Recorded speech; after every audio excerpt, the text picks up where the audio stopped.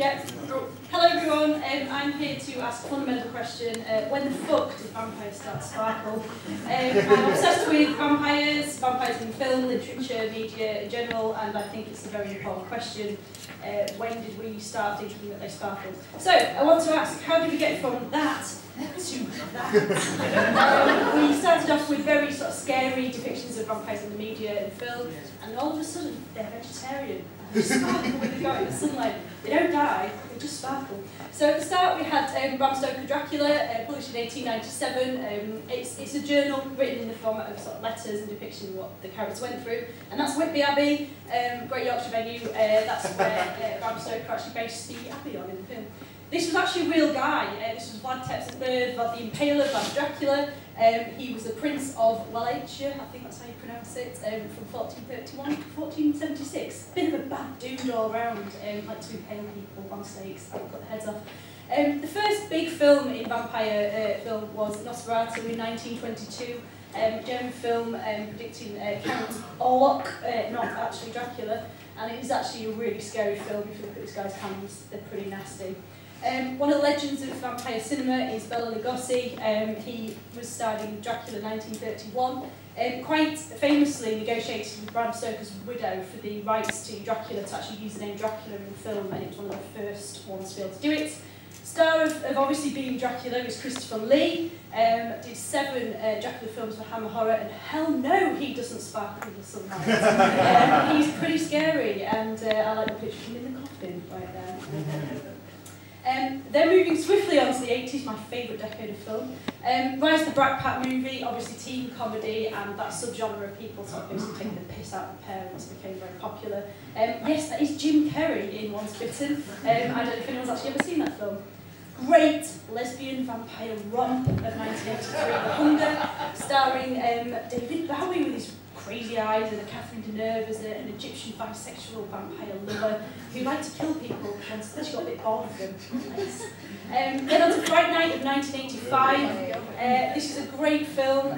Charlie, the main character, is a complete douchebag and no one believes him when a vampire moves in next door. Total kind of Michael Jackson thriller, makeup effects on there. Great film if you haven't seen it.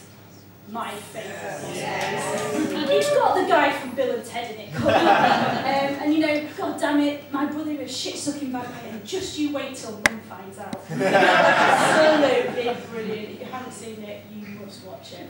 So moving on to the 90s, what we see is a much more of a reprisal of faithful adaptations of vampire in movies as they were depicted in literature.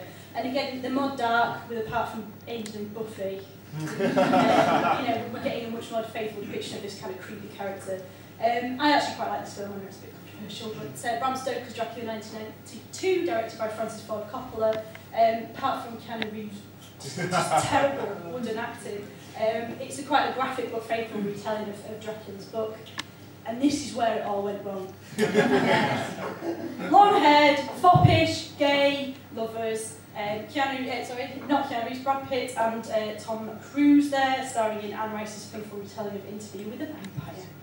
So vampire, yes, he fails at it. He's not a real vampire, but Twilight is incredibly successful. In 2008, Stephanie Meyer ruined vampires for everybody. You know, this guy, some quotes from this film, in romance, and so the lion fell in love with the lamb. You are my life now, but Edward is a 100-year-old virgin who does not want to sleep with Bella because it will ruin her immortal soul, and watches her every night without knowing.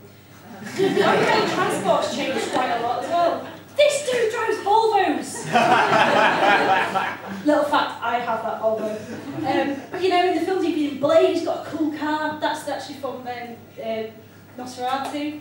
Bedrooms, they've changed a bit as well. So we've got 3 depictions of actually, you know, the crypts that vampires sleep in. That's Edward Cullen's bed.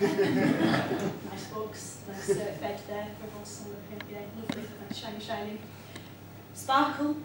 This, you cannot get away from vampires now. We've got True Blood, we've got the Vampire Diaries, Twilight, every year Twilight. And I just think this is a really interesting thing how, you know, vampires are now sort of really young, sexy. God, I wish I could marry a vampire. And ultimately, vampires have now failed. So Hollywood turning mediocre books into awful movies since its inception, and God, hopefully, sparkling, making vampires more easy to target since 2008.